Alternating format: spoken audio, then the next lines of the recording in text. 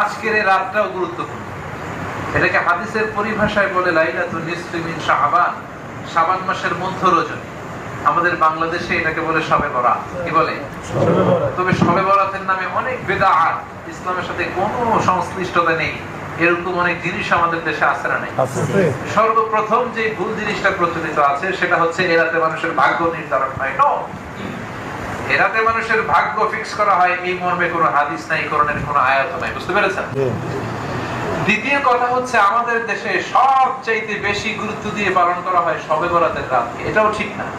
ইসলামের সবচাইতে দামি রাত হচ্ছে লাইলাতুল কদরের রাত। কিসের রাত? লাইলাতুল কদর। আমাদের দেশে আমরা 27শে রমজানকে লাইলাতুল কদর হিসেবে পালন করি, কিন্তু এটা নিশ্চিত না যে 27 তারিখে কদর হবেই। বরং বিশ্বনবী বলেছে ফালতাবিসু ফিল আশরিল আওয়াখির মিন রমাদান, রমজানের শেষ দশকের বেজর রাত্রিগুলোতে তোমরা লাইলাতুল কদর তালাশ